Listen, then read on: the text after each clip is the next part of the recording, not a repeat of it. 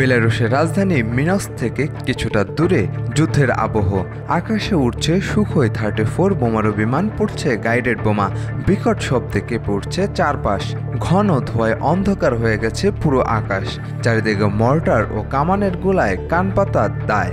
Helicopter গানশিপগুলোও আক্রমণে যোগ দিয়েছে, আর ড্রোন দিয়ে চলছে নজরদারি। তবে এটি কোনো আসল যুদ্ধ নয়, এটি একটি সামরিক মহড়া। মহড়াটির নাম জাপাত 2025, যার অর্থ পশ্চিম 2025। এই ধরনের মহড়া প্রতি 4 বছর পর পর অনুষ্ঠিত হয়। 2022 সালে এ ধরনের মহড়ায় অংশ নিয়েছিল 2 লাখ সেনা। সেবার মহড়া শেষে ঘরে না ফিরে বেলারুশের মাটি ব্যবহার করে ইউক্রেনে হামলা চালিয়েছিল রুশ সেনারা। তবে মস্কো ও মিনস্কের পক্ষ থেকে বলা হয়েছে যে এবারের মহড়া পুরোপুরি প্রতিরক্ষামূলক।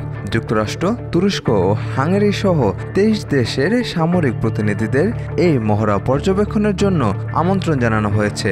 কিন্তু পোল্যান্ডের প্রধানমন্ত্রী ডোনাল্ড টাস্ক এতে মোটেও সন্তুষ্ট নন। তিনি এই মহড়াকে অত্যন্ত আগ্রাসী বলে বর্ণনা করেছেন।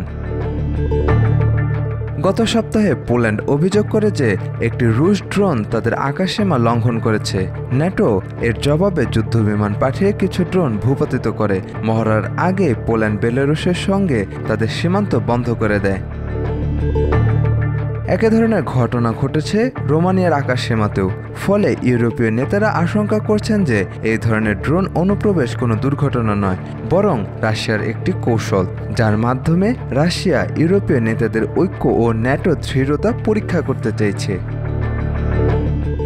সাজিদ আকরাম, সৌরভ, আজকাল।